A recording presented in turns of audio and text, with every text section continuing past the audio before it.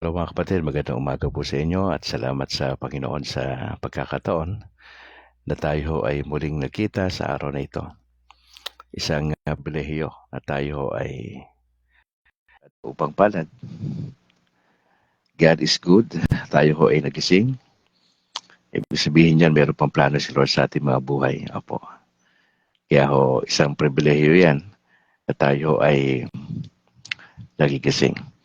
Mga kapatid, yung aking mother po, di ba, na ospital, na ospital ho uli siya. Okay.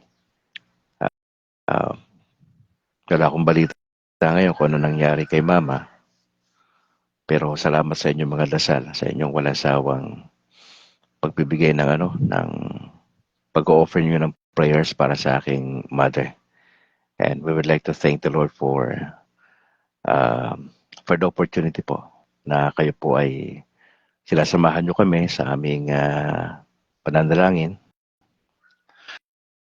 Salamat po sa inyo mga kapatid. Pag-pray lang natin si mama na dire-diretso na ho yung kanyang pagaling.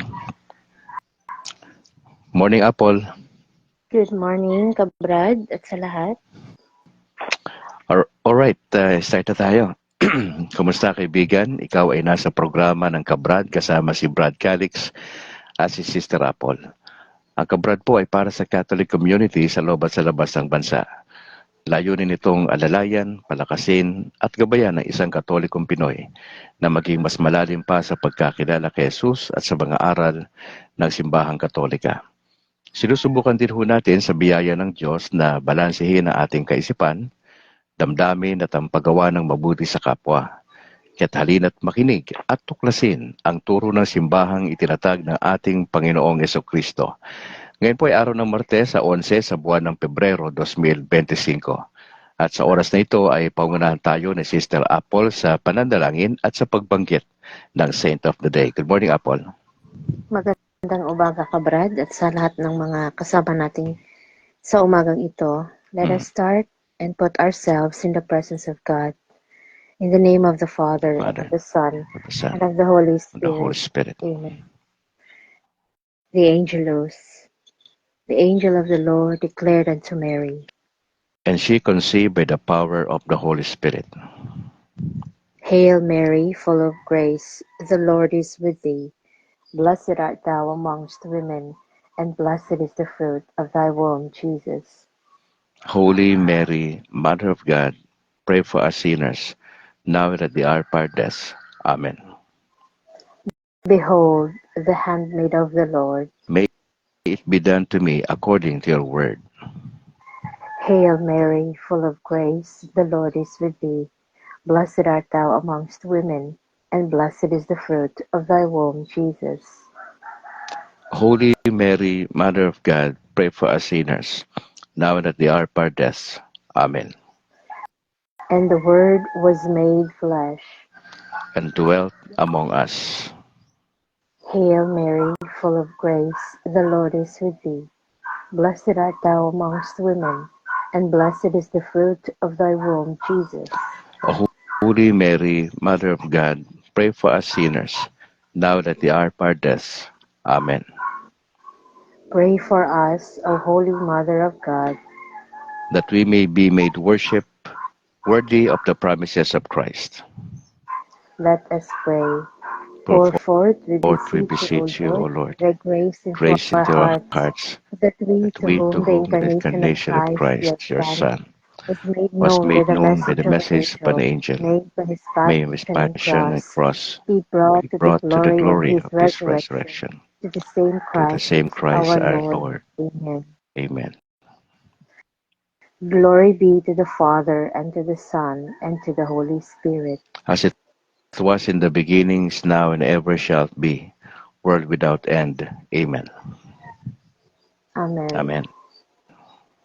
Let us proceed to the saint of the day. Today is February 11, Tuesday of 2025, Tuesday of the 5th week in Ordinary Time. The Church also celebrates the memorial of Our Lady of Lourdes. Today marks the first apparition of the Blessed Virgin Mary in 1858 to a 14-year-old Marie Bernade or Saint Bernadette Soubirous. Between February 11 and July 16, 1858, the Blessed Virgin appeared 18 times and showed herself to Saint Bernadette in the hollow of the rock at Lourdes. On March 25, she said to the little shepherdess, who was only 14 years of age, "I am the Immaculate Conception." Since then, Lourdes has become a place of pilgrimage, and many cures and conversions have taken place. The message of the Lourdes is a call to personal conversion, prayer, and charity.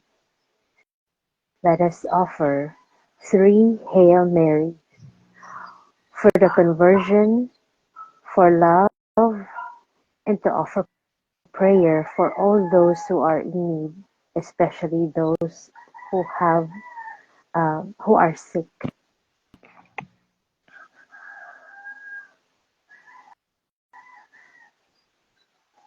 Hail Mary, full of grace, the Lord is with thee.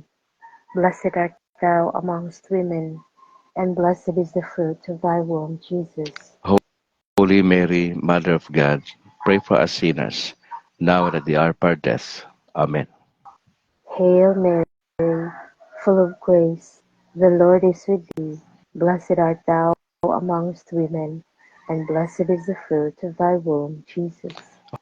Holy Mary, Mother of God, pray for us sinners, now and at the hour of our death. Amen. Hail Mary, full of grace, the Lord is with thee. Blessed art thou amongst women, and blessed is the fruit of thy womb, Jesus. Holy Mary, Mother of God, pray for us sinners, now and at the hour of our death. Amen. Our Lady of Lourdes, pray for Pray for us. us, In the name of the Father, and of the of Son, the Son, and of the Holy the Holy Spirit. Spirit. Amen. Amen. Good morning. Good morning, kapatid. Baka meron kayong uh, announcement mula sa inyong parokya at ilang mga kaibigan na isa-shoutout sa oras na ito. Just go ahead, Apple. Yes, good morning po sa lahat, sa iyo kabrad at sa iyong pamilya. Mhm. Good morning po sa lahat ng mga nanonood sa aming mga parishioners at sa aming kura paroko dito sa Immaculate Conception, Parish Bakyas Mansilingan, Bacolod,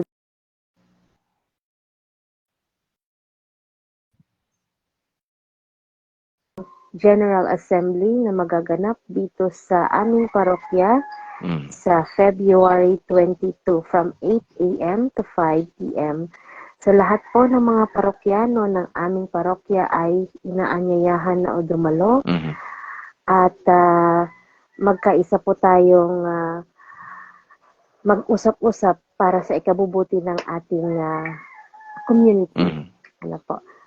Salamat din po sa ating mga prayer warriors na patuloy na nagdadasal para sa atin, sa Latin Rosary Missionaries. Matagumpay po ang Latin tutorial or Latin class na nangyari kagabi. It was very meaningful and marami po ang umattend. So magkakaroon po tayo muli. Abangan na lang po ang mga susunod na announcement Mhm. para sa next class ng ating Basic Latin 101. Good morning sa lahat ng mga kapatid natin sa Catholic Faith Defenders Bacolod, Catholic Faith Defenders sa Antipolo Rizal, at sa National. Good morning po sa lahat. Sa aming Spiritual Director, si Father Bong Kamala. Good morning, Father, and happy feast day po sa inyo dyan sa may Our Lady of Lourdes sa Talok, Bago City. Good morning po at sa aming CFD unit sa Talok. Happy Fiesta po magandang umaga po sa inyo dyan at nawa ay pagpalain po ang inyong mga activities ngayong araw.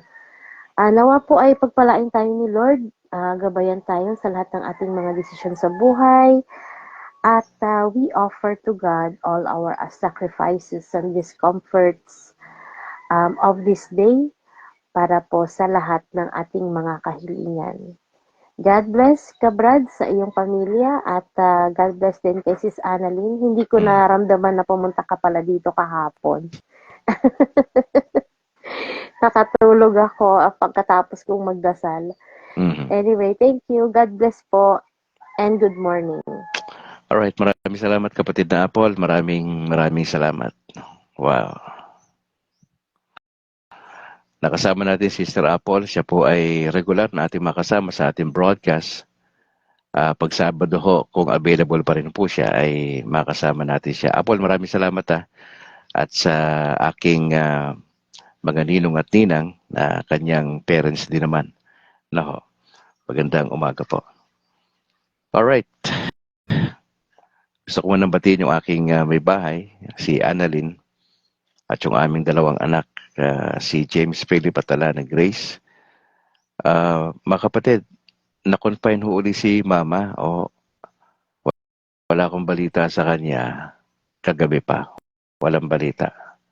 Baka ngayong araw na ito ay magkakaroon ako ng balita mula sa kapatid ko na nag-asikaso. Ipag-pray ho natin, Lord willing, ay makaka-recover si Mama sa kanyang pagkaka-confine ulit sa pangalawang pagkakataon. Alright, pagkaganoon naman, medyo balungkot na balita po yan on our part, pero salamat sa inyo na kaagapay namin sa pananalangin.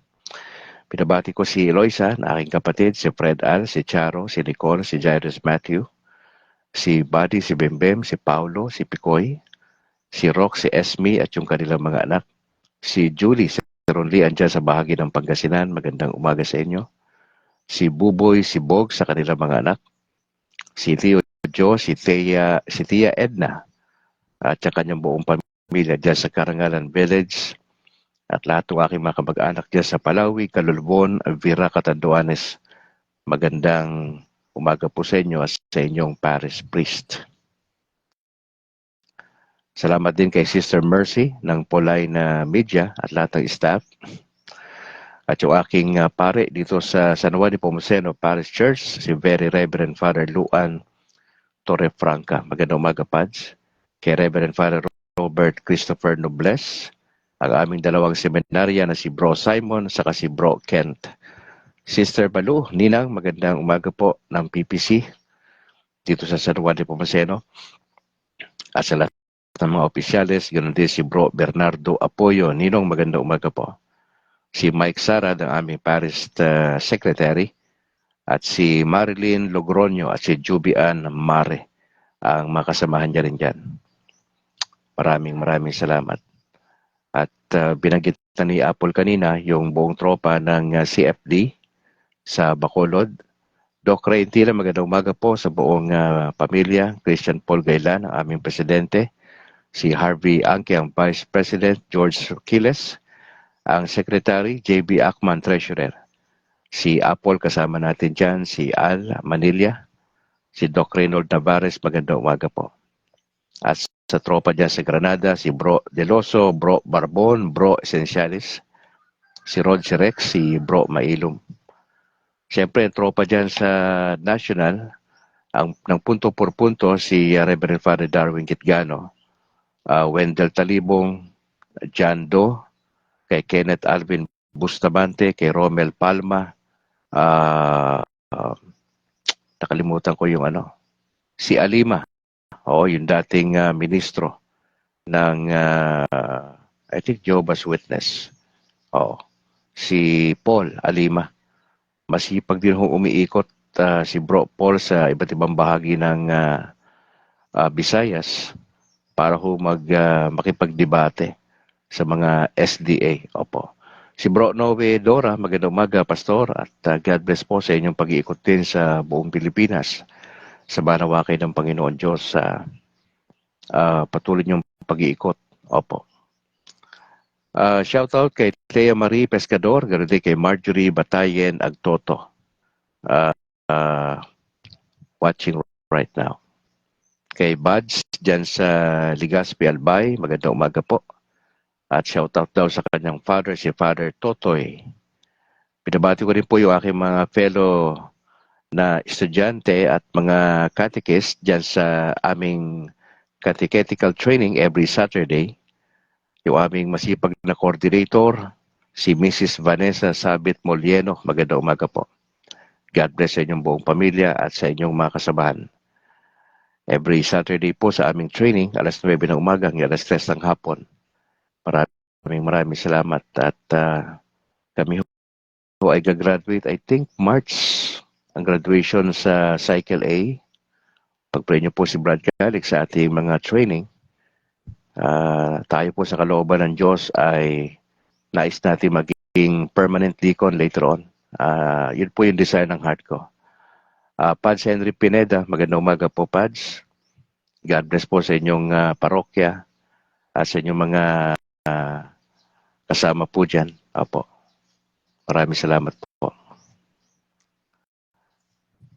Gusto ko lang din batiin yung ating mga sharers na ating video, si Ate Yam Montejo, salamat po, Corazon Gagi, kay Alvin Bahan, kay Brad Ang Cortez, dyan sa Bantayan, Kabangkalan, kay Agaton Ray Alfante, kay Reynaboy Kalimpong, kay Darling May Peñaflor Sibonga, at kay Ate Maribi Cabato Largo. Maraming salamat. At yung nakasama natin kahapon, si Samuel Hinayon Kayakay sa Cavite, Patricia Marie Caintic Biyuda o Dioda, ang Southwind Garcia Weldon. Siya po ay taga Lumbia, Cagayan de Oro. Si Lida Manday Dilaonon, kay Lasta Imer at kay Cecil Besira. Maraming salamat. Ganun din, shoutout kay Jesus Bayoneta, bro. Magandang umaga sa iyong pamilya. At sa lahat ng mga nakasama natin sa apologetics, ng mga nakalipas na linggo, dyan sa Little Way Seminary dyan sa Kabangkalan. Once again, magandang umaga po, Reverend Father Henry Pineda, ang isa po sa mga spiritual advisors ni Brad Calix. Maraming salamat. Ganun din ang binalbagan servants of the Divine Mercy kay Bro Charby Martin, si Bro Boots Uy, magandang umaga po. Kay Bro Pabs Gonzales, kay John Inglis, at sa grupong All for Jesus Life Ministry, kila Bro Johnny Bigay, Willie Canseco, Joseph Benedicto, magandang umaga po sa inyo. Ang Pesma Plus dyan sa Israel, magandang umaga, tanghali, gabi mga kapatid. Si Bro Romel Jerry Natalio at ang kanyang mga kasamahan dyan sa Pesma Plus Israel. God bless po sa inyo mga kapatid at sa grupong Latin Rosaries Missionary. Shout out kay Father Edito Banyo, Father Albao sa San Isidro Paris, dyan sa Banay-Banay, Davao Oriental, kay Father, ayan ay galing kay Reynaboy Kalimpong. Shout out sa inyo. Ganun din kay Reverend Father Greg Vega, Reverend Father Gabriel Torres, Reverend Father Eduardo Musni ng San Lorenzo Ruiz. God bless. Alright, diretso tayo sa ating word. Tayo po ay nasa ating gospel for today ay sa Mark chapter 7, 1-13. Ito ang pagkakasabi sa wikang Banyaga. Now when the Pharisees and some of the scribes who had come from Jerusalem gathered around Jesus, that they noticed that some of his disciples were eating with defiled hands, that is, without washing them. For the Pharisees and all the Jews do not eat unless they thoroughly wash their hands, thus observing the tradition of the elders. And they do not eat anything from the market unless they wash it. And there are also many other traditions that they observe, the washing of cups, pots, and bronze kettles. So the Pharisees and the scribes asked him, "Why do your disciples not live according to the tradition of the elders, but eat with defiled hands?" Now he said to them, Isaiah prophesied rightly about you hypocrites, as it is written, "Now this people honors me with their lips, but their hearts are far from me. In vain do they worship me, teaching human precepts as doctrines. You abandon the commandment of God and hold to the human tradition. Then he said to them, You have a fine way of rejecting the commandment of God in order to keep your tradition. For Moses said, Honor your father and your mother, and whoever speaks evil of father and mother must surely die. But you say that if anyone tells father or mother, Whatever support you might have had from me is korban, that is an offering to God. Then you no longer permit doing anything for a father and or mother, thus making void the word of God through your tradition, that you have handed on, and you do many things like this. Mga kapatid, ang pinag-uusapan dito? Pinag-uusapan po rito yung ritual na paglilinis o ritual purification na ginagawa ng relihiyon na Judaism. Bago po ang Christianity, nauna po ang Judaism, mga kapatid. Ito po ay ang kanilang, ang sinusunod dito, siyempre kasama si Abraham, si Moses, yung kautusan, yung mga detalye po nito, mga kapatid. Ang mga Pariseo at Eskriba, ito yung mga religious people sa panahon ng ating Panginoon Diyos na inabutan niya na. Marami silang tradition. Mga kapatid, hindi po ito yung tradition na pinaniniwalaan po ng Katoliko. Di ba tatlo yung ating sources ng authority? Ang scriptures, di ba? Pangalawa, tradition, tapos magisterium. Yung tradition dito, yung gawa-gawa na tradition, doon sa Judaism. Ito ay man-made, mga kapatid. Hindi po ito naka-angkla o naka-anchor sa Word of God. Human tradition. Mga 6 na beses binanggit dito sa talatang to, yung salitang tradition. Tradition nino ito.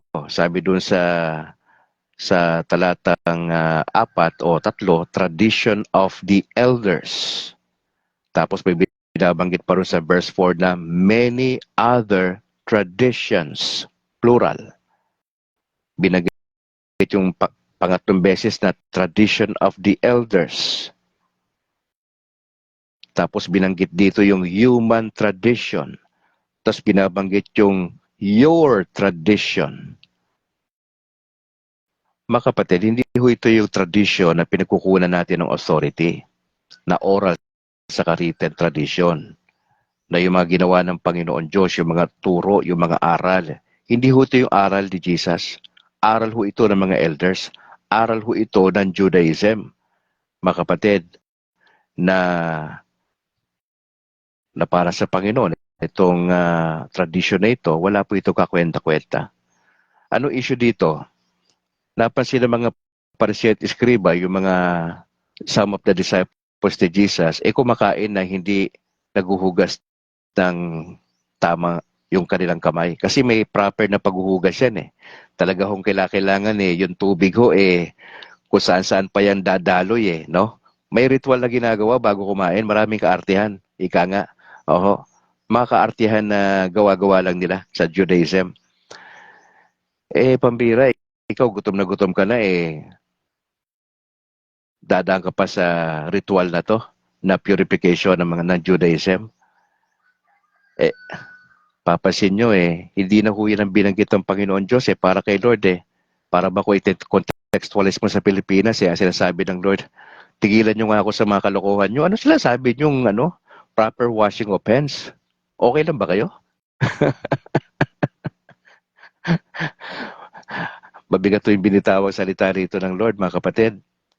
Sabi niya, hipokrito kayo Yung salita pong hipokrito, yung nagsusot ang maskara. Opo. Ito yung sinabi ng Lord, direkta sa mga Pariseo at Eskriba. Yung salitang hipokristo yan, mabigat ho yan para sa kanila.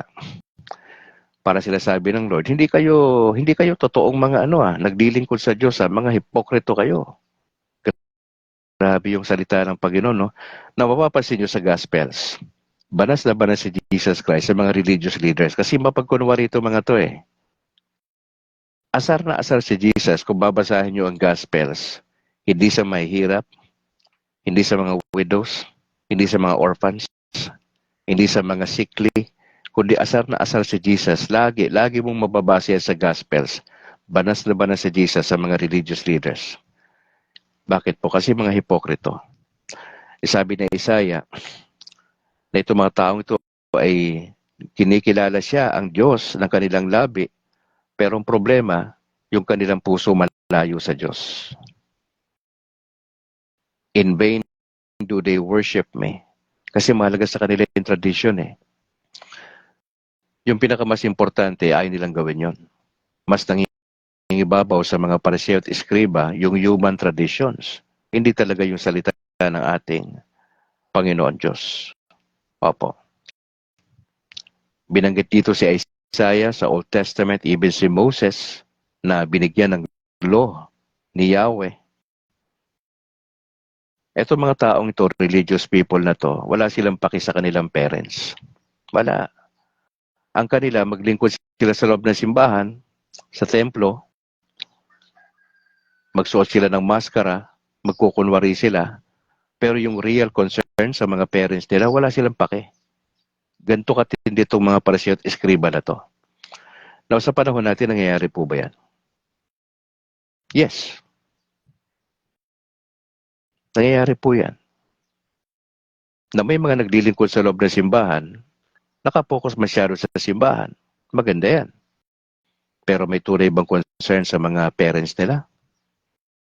No, ako'y pastor pa ho, sinasabihan ko yung mga miyembro na masyado kayo masipag sa church activities natin. Pagdating ba sa bahay nyo, mga young people, naguhugas ba kayo ng pinggan? Nagigib ba kayo? Nagwawalis ba kayo dyan? Pag Sabado, Linggo, wala kayong pasok? O nagpapasaway kayo bilang mga kabataan? Involved kayo sa choir, involved kayo sa iba't ibang klaseng ministry, pero sabi ko sa mga kabataan na to, may panahon ba kayo tumulong sa parents nyo? O baka naman kinakasangkapan nyo yung activity sa simbahan, pero wala kayong pakialam sa inyong bahay. Ni maligpit yung sariling higaan, malaban yung sariling, alam mo na, nanay pa niya naglalaba. Hindi po pwedeng gano'n mga kapatid. Hindi po pwede. Now, ano po ang point dito sa ating pinag-uusapan? Itong ritual purification na ito ng Judaism, o sa panahon natin, marami tayong mga imbento na idinadagdag pa sa pananampalataya natin. Of course, ang Katoliko maraming ritual, di ba? Pero meaningful lahat yung ritual natin. Lahat ng ritual ay may kahulugan. Dito tayo binabanata ng mga kaibigan natin protestante at mga evangelical. Bakit daw napakarami nating ritual? Bakit daw yung mga images sinasamba natin, etc., etc. Matagal ng issue po yan at hindi sila talaga nakakaintindi na hindi natin sinasamba ang mga images. Nire-respeto natin yun. Wala namang iniwan niya sa picture ng mga magulang mong namatay na Yung picture ba nila pagka nakalagay dyan sa wall mo, sinasamba mo yung parents mo? Hindi naman Inaalala mo lang yun Pagka sa nakikita mo yung nanay mong nawala, yung tatay mo, kapatid mo, nagpa-flashback sa mind mo yung nakalipas. Ganon din sa mga images ng mga santo na nasa wall natin.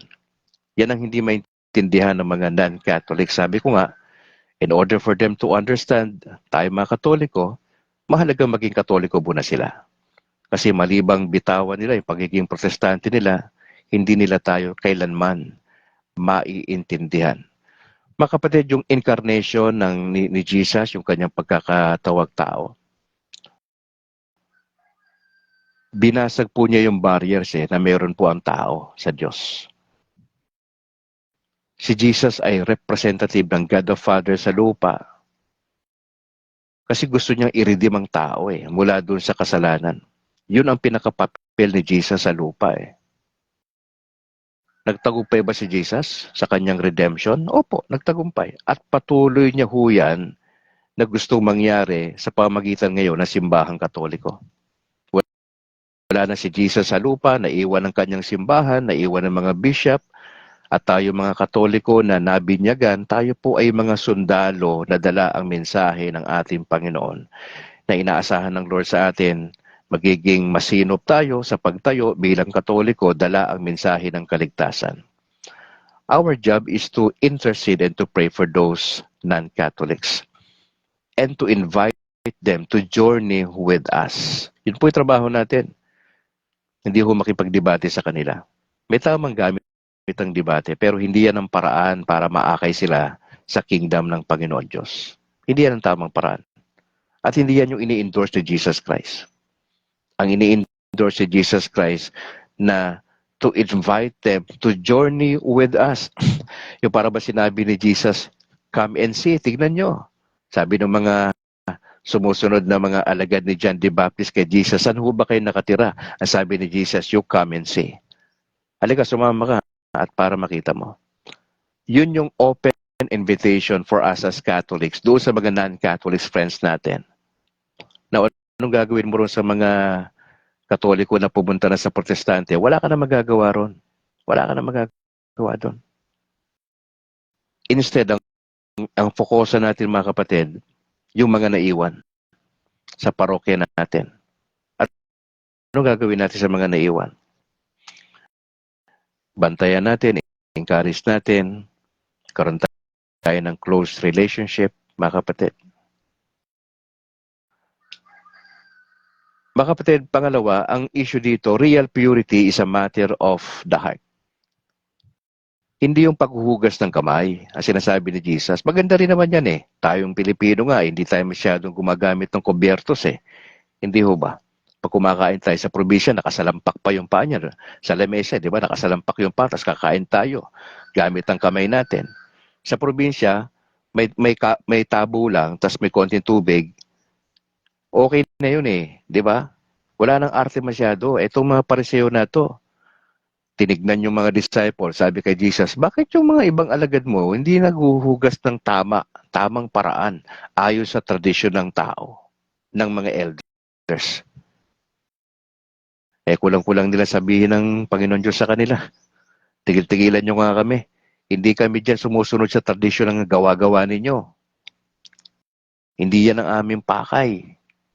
Iba yung sistema nyo sa sistema namin. Ni-imagine ko yung ganun sagot ng Lord sa kanila. Tigil-tigilan nyo nga kami. Ang problema nyo, kayo, tao simbahan kayo, pero ang puso nyo, ang layo sa Diyos. Grabe sinabi ni Jesus talaga namang, kung ako yun, sabihan ako ng ganun, matutunaw po ako eh. Opo, grabe to si Lord. Pag nagsalita, diretso. Wala akong paligoy-ligoy.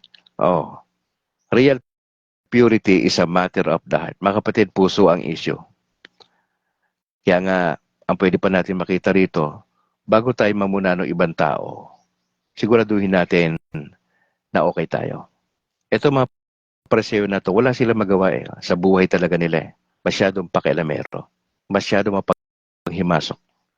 Huwag sana tayong ganun mga kapatid, na masyado tayong mapanghimasok sa ating kapwa, masyado tayong legalistic. Ito mga pariseo at eskriba, mga illegalistic po ito eh. By the book ito eh. Sa mga Katoliko ba meron yan? Meron po. Hindi po nawawala yan sa iba't ibang parokya.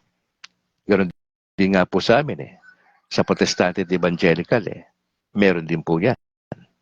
Pero ang issue dito mga kapatid, puso ang issue. Pansinin nyo, binanggit ni Jesus dito yung worship, yung pag-honor, yung pagrespeto sa parents.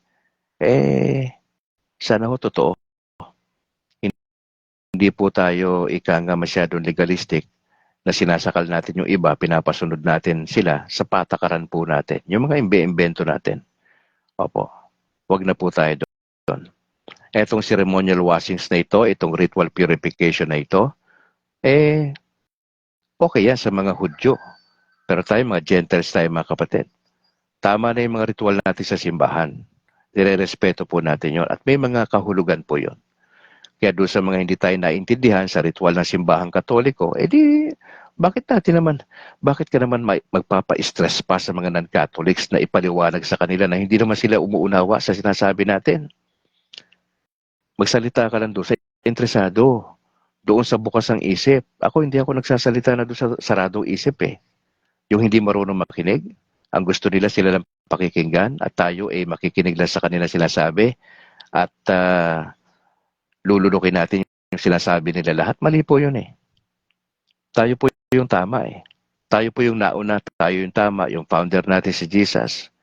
Yung sistema natin sa loob tama, bagamat hindi perfect yung simbahang Katoliko. Nagiging perfect lang yan, nagiging holy dahil sa ating founder na si Jesus Christ. Wala na po iba. Opo. Mga kapatid, as I close, itong pinag-usapan natin na to, mahalaga din po ito. Huwag nating gayahin po ang mga religious people na mga hipokrito. Maging totoo po tayo. Huwag po tayo magsuot ng maskara. Malayo pa ho ang maskara, October pa ho dito sa Bacolod. Opo. Ang maskara, pag tinignan mo, lagi nakangiti sa'yo, parang walang problema, chillax lang. Pero sa likod ng maskara ay may nakatagong pagdadalamhati, may mga nakatagong hirap na hirap sa buhay. Pero dahil sa maskara, tila baga pag tinignan mo, parang wala lang problema. Huwag tayo magsuot ng maskara katulad ng mga Pariseo at mga eskriba. Ipakita natin sa tao, sa harapan ng Diyos at sa harapan ng tao, kung ano yung realidad ng buhay natin. Ang issue sa atin, paano ka tatanggapin ng kapatid mo eh? Very challenging po yan, mga kapatid. Yung tradition na dapat nating yakapin, yung tradition, yung mga oral sa karitin na mga turo ng ating Panginoong Yesus. Doon tayo mag-dwell, hindi dito sa human tradition na mga gawa-gawa lang ng tao na sinasakal tayo. Iwasan natin yung pagiging legalistic, mga kapatid. At pangatlo, importante yung puso natin. Yung ginagawa mo ba sa simbahan, tama ba yung puso? Yung ating serbisyo ba sa simbahan, tama ba ang puso? Of course, yung mga kaparian natin, yung bishop natin, hindi natin maano yan regarding sa kanilang puso. Alam nila yan eh. O, ang inaano ko dito, tayo mga laity, tayo mga layman. Kamusta ang puso natin as we serve the Lord, as we help yung ating mga kaparian? Meron ba tayong puso sa paglilingkod sa simbahan? Ako hindi ko pwedeng questionin ng mga bishop kasi may sarili silang pananagutan sa Diyos. Ako po ay tumatayo para po sa mga layman. Okay? Hindi ako kay Santo Papa. Mananagot sa Santo Papa kung anong ginagawa niya. Okay? Mga kardinal natin, wala ako sa authority to question them. Ang binabantayan ko, hindi si Pope Francis. Hindi yung Vatican ang binabantayan ko. Hindi yung mga archbishop, mga monsignor. Hindi yung mga pare yung binabantayan ko. Ang binabantayan ko, sarili ko, at binabantayan ko yung mga kapatirang katulad nyo, ang Catholic community. Ang mensahe na ito, hindi po ito para kila bishop. Hindi ito kila bishop.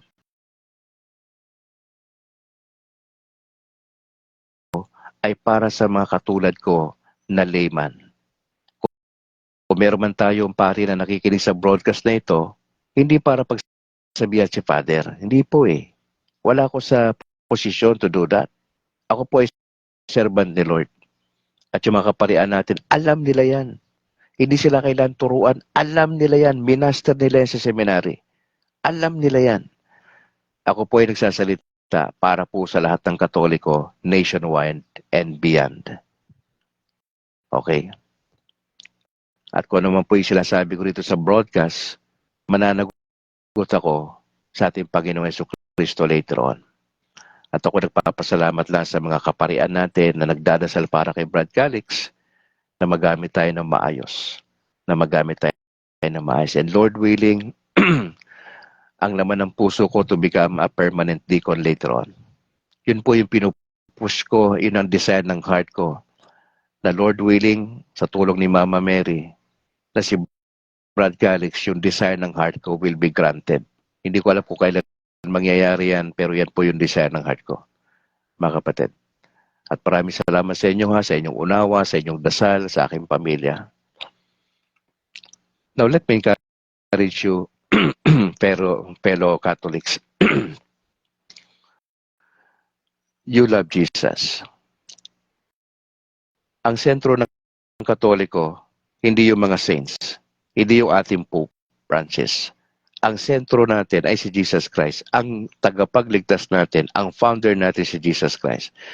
Wala po tayong dapat itaas dito simbahang Katoliko, maliban sa Panginoong Yesus. Yes, nire-respeto natin si Mama Mary, don't get me wrong, but we're not worshiping her.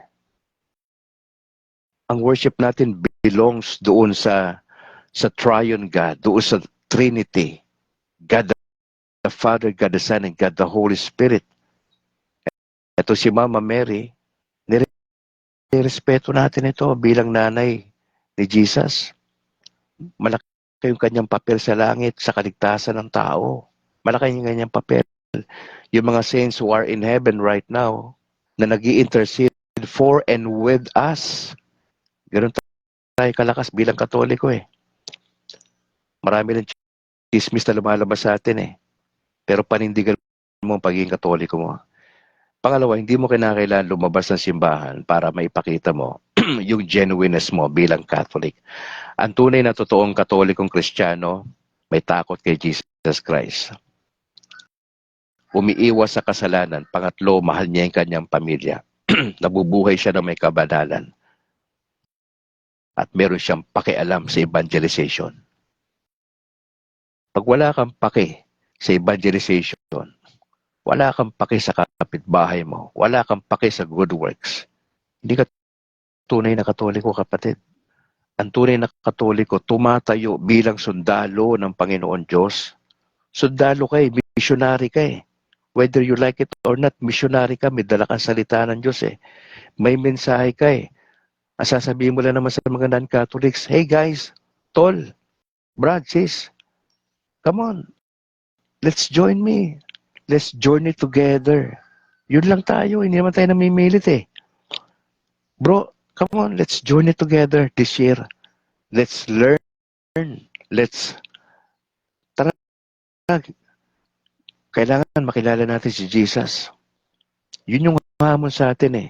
Kaya ba natin yung sabi sa tropa natin, sa kasama sa trabaho, bro, tara, join ka sa akin. Journey tayo makilala si Jesus. Yun ang papel natin bilang layman, mga kapatid. Huwag na kayong maghanap ng hahanapan nyo po yung butas yung bishop. Hahanapan na po yung butas yung mga pari natin. Hindi natin trabaho yan. Mananagot sila sa Lord. Huwag niyong problemahin yung ginagawa nila dyan na hindi maganda kung meron man. Huwag niyo silang pakialaman dyan. Ang pakialaman natin, yung ating relasyon bilang magkakapatid. Pakialaman natin, bantayan natin yung kapatid natin sa parokya. Huwag niyo silip-silipin ang pare. Wala na kayong paki dyan. Pagdasal na lang natin sila na sila hindi malalayo doon sa pinaka dapat nilang gagawin. Ayun lang naman tayo eh. Bantayan natin, hindi si Pader ha. Bantayan natin yung bawat isa. Like kayo rito. Pambira, lagi kayo nalilate sa misa. Hindi maganda yan. Ganun.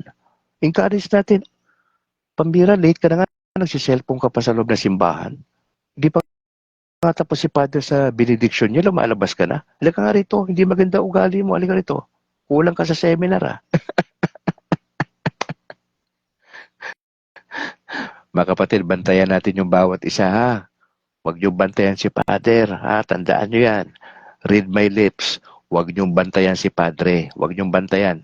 Binabantayan yan ni Lord. Bahala sila dyan. Mahalaga sa atin, bantayan natin yung bawat isa. Halika, turukan natin si Pads. Pag-pray natin. Tara. Ando pala, pista pala dun sa Talok, sa Bago City ha. Punta tayo dun.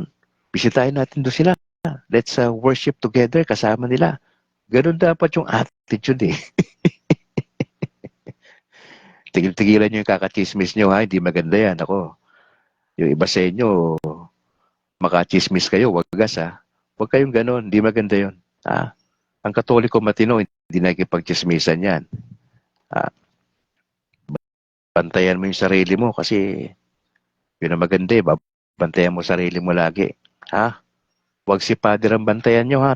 Tandaan nyo, huwag si Father ang bantayan nyo. Encourage natin yung mga pari natin kasi siyempre, nababakas nyo ba sa mukha nila, nalulungkot sila? Hindi naman nila ipapakita yan eh. Parang mga pastor din eh. Hindi namin pinapakita na kalungkutan namin sa pulpito. Hindi namin pinapakita yan. Pero kapag kami miyembro na pagkababa namin sa pulpito, tinatapi kami sa shoulder namin. Pastor, andito lang kami sa likod mo ha. Di ba yung mga pari natin, kailangan nila yan eh. Andito lang po kami, magdadasal kami para sa inyo. O, edi abot-abutan nyo si Father. Birthday ni Father, abot-abutan nyo. Pads, ito, para po sa inyo ito, ha? Ganun yung mga dating natin sa mga pari natin, ha? Huwag natin sila pabayaan. Kasi lingkod ni Lord yan eh. Ilagay natin sa listahan niya ng mga ibibless, ha? Yung mga pari natin. Mahirap yung ano nila, yung sakripisyo nila, mga kapatid, kung naintindihan natin. Iniwan ng parents, mag-isa lang sa buhay. Di ba? Pagka nag-retired na, doon lang sa kanilang lugar, na sila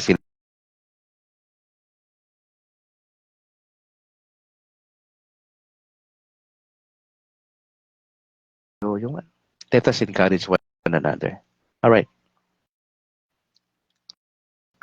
Gusto ko lang i-acknowledge bago tayo magdasal, yung mga nasa overseas natin na nakikinig.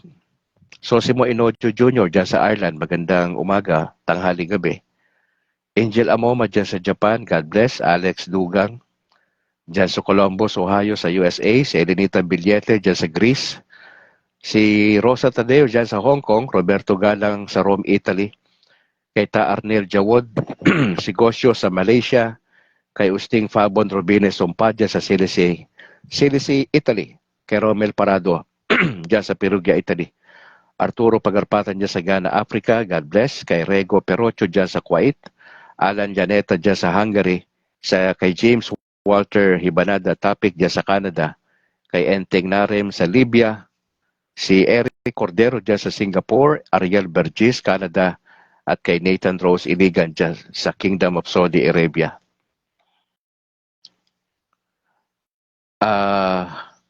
Announcement mga kapatid, ang DYAF po, nandiyan na ang Catholic Faith Defenders, ang grupo namin. May programa po kami dyan, pag Sabado alas 8 ng umaga hanggang alas 9, Historia Sagrada. Pagka Sunday naman, ang D1 Ngadalan, alauna ng hapon hanggang alas 2, Katoliko ako, DYAF ang radyo ko. Nandiyan sila Bro Christian Paul Gailan, si Bro Angke, ang Vice President, si Bro Akma, si John Paul Ruby. Yan po yung mga umaalalay. Tsaka yung PIO.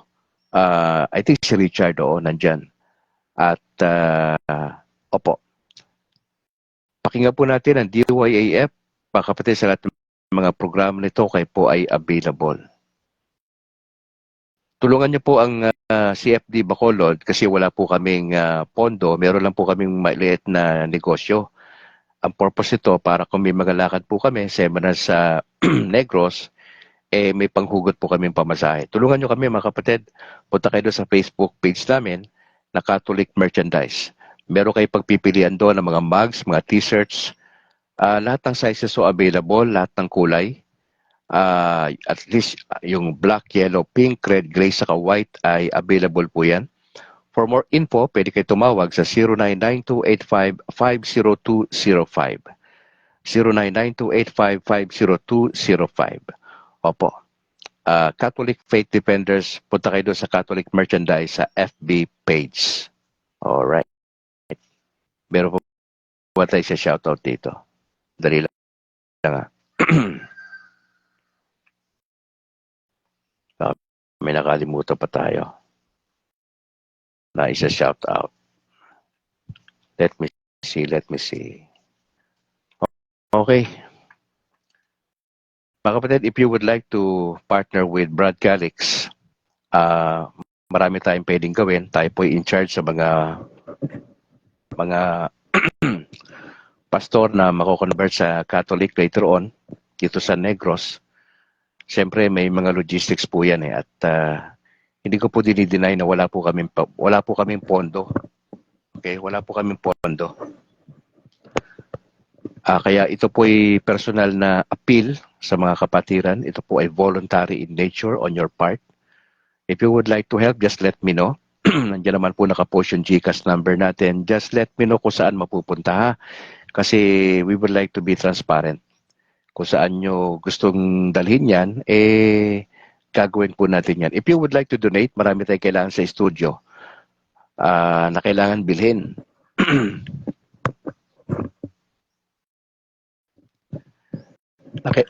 na kailangan pong bilhin ay pwede po kayo mag-donate ng kailangan sa studio. Opo. Maraming salamat po doon.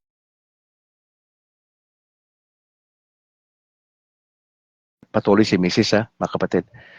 Medyo 2 linggo na ho siyang di nakapasok.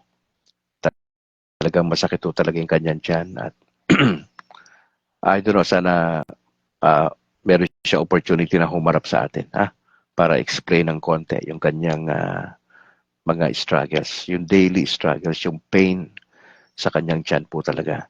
Kaya may mga commitment ako minsan na hindi ko nagagawa dahil kailangan ko samahan si Mrs. dahil hindi pwedeng walang kasama si Mrs. Alright, gusto ko lang batiin yung mga nasa screen natin bago tayo manalangin sa umaga ito. Jason Yong, magandang umaga, God bless. Caleb Maximus, maraming salamat po for joining. Si Rosa Tadeo dyan sa Hong Kong, God bless kapatid, salamat for praying for us. Si Christian Paul Gailan, yung aming presidente, salamat po. Si Marivic Largo, Cabato Largo, ate, salamat Kay Benecer Pastor, salamat po sa inyo. Si Ordinaryong Katoliko, salamat po. Kay Laida Huntilla, salamat. Kay Germaline Balahadja, dyan sa San Pedro, Laguna. Kay Timbal Oni Bahian, salamat po. Pipito Barbon, salamat. Kay Raydan Garcia, salamat po. Yam Montejo, salamat. Jinky, salamat Jink. Regards lang sa ating mga kasamahan dyan sa SMO. Kay Ate Neng, salamat. Sa buong tropa natin, sa iyong mister, maraming salamat. Kay Pads Henry Pineda, Pads, magandang umaga po. See you by March, Pads. Kay Thea Marie Pescador, Labrador, salamat po. Bobby Taruk, bro, salamat Salamat for joining. Junior Coronel, salamat po. Estrella Wing, salamat. At kay Apple, maraming salamat po. At sa mga hindi natin nabanggit, mga kapatid, maraming salamat sa mga sharers natin. Okay, manalangin tayo. In the name of the Father, of the Son, of the Holy Spirit. Ama, salamat po sa aming nalamang paksa dito sa Gospel ng Mark. Tulungan nyo kami na huwag kaming maging mga pariseyo at mga eskriba na masyadong legalistic. Sundan namin ang salita ninyo, hindi yung mga imbento ng tao. Tulungan nyo kami na hindi kami maging hipokrito at nagsusot kami ng maskara. Importante sa amin maging totoo kami. Sa harapan nyo, sa harapan ng tao. Lord, pinagdadasal namin ang aming Santo Papa, Pope Francis, bigyan niyo po siya ng magandang kalusugan, yung kanyang frequent na pagsasalita sa Vatican at pagpasyal sa iba't ibang bansa. Ang iyong protection sa lahat ng mga cardinal sa Vatican. Papalain niyo po ang iba't ibang mga departamento doon, ang good health po ng mga cardinal namin. Pag-pray namin lahat ng mga archbishop, bishops, monsignor, yung mga kaparian po, especially sa Pilipinas. Nihiling namin ng inyong gabay sa mga bishops po namin at kaparian na magampanan po nila yung pinapagawa ni Lord, mandato ng simbahan. Lalo na sa pagtatanggol sa pananampalataya, yung evangelization na dapat mangyari sa taon na ito. Lord, praying kami sa mga OFWs namin na patuloy niyong pagpapalain. Ingatan lalo na yung mga nasa gitnang silangan. Pag-pray namin ang Department of Migrant Workers na maasikaso po sila. Lord, praying kami sa lahat ng mga mga preparasyon sa nalalapit na eleksyon sa Mayo na makaboto kami ng tamang tao sa tamang posisyon. Lord, praying kami sa Bulkang Kanlaon. Marami pong naapektuhan nito. Hindi po namin alam na kung ito'y mananahimik na, pero sa mga nakalipas na linggo ay nagpapatuloy po rin po yung kanyang pagsasaboy ng mga ashes. Marami na naapektuhan ito at kami nagdadasal ang mga gobyerno ay magawa po ng paranto dito sa Negros. Nagdadasal po kami ng yung patuloy na pagbibigay ng talino at gabay sa aming presidente, kay BBM. Yung issue po sa Vice President namin na impeachment, dalangin po namin ang kalooban nyo para dito. Alam naman namin ng politika, talagang ganyan. Ang aming dasal lang, kami mga Katoliko, ay matuto kami na iboto yung tamang tao talaga. Na hindi na kami ma-involve sa mga hindi magandang practices sa bansa. Lord, praying ako sa lahat ng may mga karamdaman ngayon. Tulungan niyo po sila. Alalahanin niyo po ang aking may bahay, si Ronaldin, si Winnie Angel at yung iba pa makasama sa broadcast na may mga balatian. Praying kami sa Our Lady of Lourdes sa kanilang kapistahan sa araw na ito. Pagpapalaan niyo po. Ang misa, alas 9, dito sa Bago City kay Reverend Father Gamala. Sa aming pagdalo dyan ay pagpray namin po ang inyong blessing, ang inyong pagkilo sa parokya sa kabuuan, at hinihiling po namin ang patuloy niyong pagkilo sa buhay po ng bawat isa. Praying ako sa mga nakasama namin sa broadcast today, na mayroong iba't ibang pasanin, problema, hinaing sa buhay, maging ito man ay pinansyal, emotional, pamilya, trabaho, negosyo, pag-aaral. Dalangin po namin yung aming spiritual na buhay na kami ay magpatuloy sa Panginoon. Matuto kaming sumandal kay Kristo ano man ang aming sitwasyon. Maraming salamat po, Banal Espiritu, sa iyong patuloy na pagkilos sa aming mga buhay. Maraming salamat po sa inyong kabutihan, Ama. Salamat po. Salamat po sa mga individual guardian angels po namin na siya mapatubay sa amin sa maghapon. We would like to give you all the praises and glory. Father, salamat po. Kunin niyo po ang lahat ng papuri. Salamat po sa inyong intercession, Mama Mary. Please pray for and with us. Maraming salamat. We pray this in Jesus' name. Amen. In the name of the Father, of the Son, of the Holy Spirit. Mga kapatid, maraming salamat for joining. Hindi ako sure sa gabi kasi wala pang wifi. Naka-data lang ho tayo. Kagabi di tayo nakapag-broadcast. Pag-pray natin, maayos na ho yung wifi dito. Magkikita tayo mamayang gabi, Lord willing alas 8. Depende yan kung okay na yung wifi natin sa ating pinag-usapan every night na experiencing breakthrough. Mamayang gabi po yan. Pakishare po yung ating video at supportan niyo po si Brad Calix sa ating YouTube channel, ang State of Grace TV. Please subscribe, pakishare to sa mga tropa natin dyan sa buong Pilipinas at padalangin yung patuloy si Brad Calix sa ating mga preparations.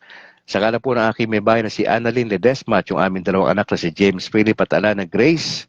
Siyempre yung aking parish priest, si Reverend Father Luan Torrefranca dito po sa San Juan de Pomoceno Parish Church dito sa Sumag. Ako naman si Brad Calix mula rito sa Negros Occidental. To God be the glory. Ingat po kayo and bye for now.